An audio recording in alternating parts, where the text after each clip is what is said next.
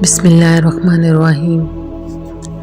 نبی کریم صلی اللہ علیہ وآلہ وسلم نے فرمایا کہ جب اللہ تعالیٰ کسی بندے سے محبت کرتا ہے تو جبرائیل علیہ السلام سے فرماتا ہے کہ اللہ تعالیٰ فلاں شخص سے محبت کرتا ہے، تم بھی اس سے محبت رکھو۔ چنانچہ جبرائیل علیہ السلام بھی اس سے محبت رکھنے لگتے ہیں۔ پھر جبرائیل علیہ السلام تمام اہل آسمان کو پکار دیتے ہیں کہ اللہ تعالیٰ فلاں شخص سے محبت رکھتا ہے، اس لیے تم سب لوگ اس سے محبت رکھو۔ چنانچہ تمام آسمان والے اس سے محبت رکھنے لگتے ہیں۔ اس کے بعد روئے زمین والے بھی اس کو مقبول سمجھتے ہیں۔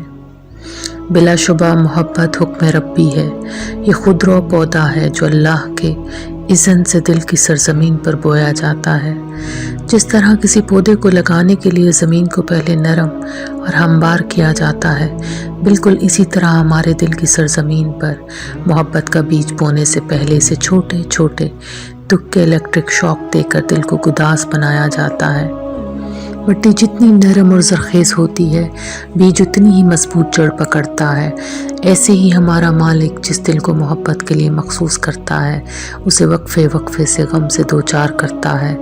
پھر پے در پے سلسلہ غم ہائے کی شروعات ہوتی ہے، یہاں تک کہ غم اور دکھ کا تسلسل روح تک گہرا اتر جاتا ہے۔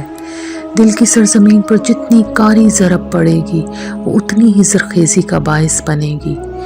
گہرے گھاؤ اور گہری چوٹیں محبت کے پودے کی جڑوں کی مضبوطی کے ضامن ہیں۔ مومن کے دل میں محبت کا بیج ایمان کی مٹی میں گون کر توبہ کے آنسوؤں سے سیراب کیا جاتا ہے۔ پھر موسموں کے تغیر و تبدل کو ثابت قدمی اور مستقل مزاجی سے سہتے سہتے ایک تناور درخت کی صورت اختیار کرتا ہے، جس پر صبر و شکر کے پھل اور پھول مہکتے ہیں۔ بلا شبہ اس کی جڑیں زمین میں گہری جڑ پکڑتی ہیں اور اس کی شاخیں عرش مولا کا طواف کرتی ہیں۔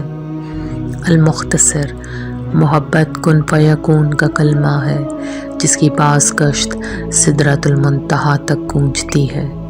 محبت کی حقیقت کے بارے میں نبی پاک صلی اللہ علیہ وآلہ وسلم نے فرمایا، روحوں کے جھنڈ الگ الگ تھے، پھر وہاں جن روحوں میں آپس میں پہچان تھی، ان میں یہاں بھی محبت ہوتی ہے، اور جو وہاں غیر تھیں یہاں بھی وہ خلاف رہتی ہیں۔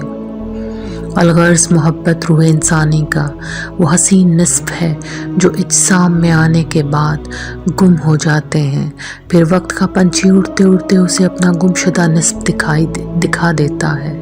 بس پھر پرانی رفاقت و آشنائی جو عالم ارواح میں قائم ہوئی تھی اور اس دنیا میں آنے سے پہلے جدا کر لی گئی تھی، اپنے بقیہ نصف کو پہچان کر دو جسم ایک جان بن جاتی ہے۔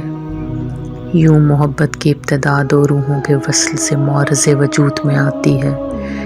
مزید برآں محبت انسان کے مطالبے یا استدعاء کی مرہون منت نہیں ہوتی، بلکہ یہ تو وہ لطیف جذبہ ہے جو دل کی گہرائیوں سے پھوٹتا ہے اور حکم خداوندی کے بغیر اس کا نزول ناممکن ہے۔ محبت کا تعلق باطن سے ہے، نہ کہ ظاہر سے۔